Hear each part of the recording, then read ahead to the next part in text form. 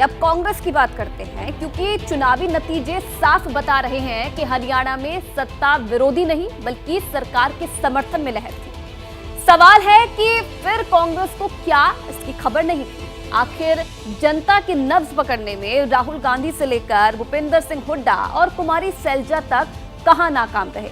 ये खास रिपोर्ट देखिए।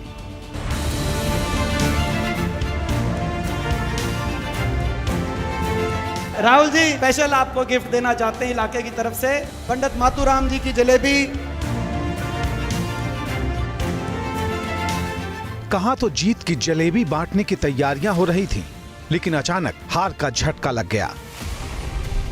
हरियाणा के नतीजे कांग्रेस के लिए बेहद चौंकाने वाले रहे, क्योंकि पार्टी नेता लगातार दावे कर रहे थे कि हरियाणा में जीत बस एक कदम दूर है।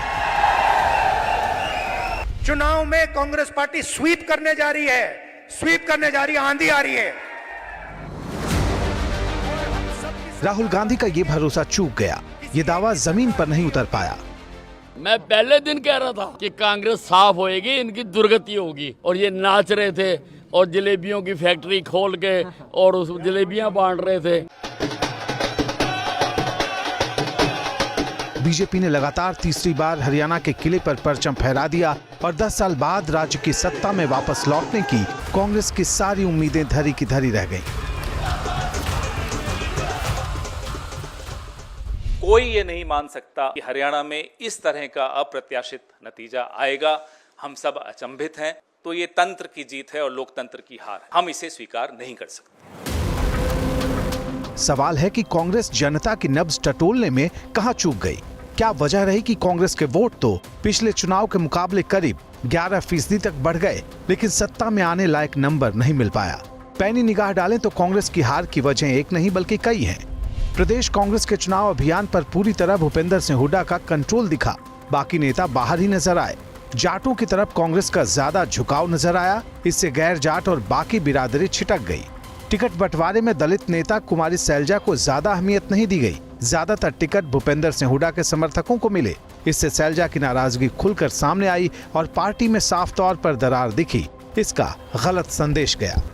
अग्निवीर, किसान और पहलवान जैसे मुद्दों पर कांग्रेस की मुहिम रंग नहीं लाई। कांग्रेस की गारंटी पर भी लोगों ने भरोसा नहीं किया। इसकी एक वजह पड़ोसी राज्य हिमाचल प्रदेश में कांग्रेस की तरफ से अब तक सभी चुनावी वादे नहीं निभाने को भी माना जा रहा, जिससे पार्टी की गारंटी पर वोटर पूरी तरह यकीन नहीं कर पाए। हालांकि कांग्रेस हार की दिशा अब दूसरी तरफ मोड़ती हुई नजर आ रही है। वो चुनावी धांधली के आरोप लगा रही। पहली बात, हमें इलेक्शन कमीशन तक जो शिकायतें आ रही हैं अलग अलग जिलों से, वो पहुंचाना है। हमने क्या किया, क्या नहीं किया, गलती कहां हुई, इसका विश्लेषण जरूर होगा। सबसे महत्वपूर्ण बात यह है, हमसे जीत छीना गया।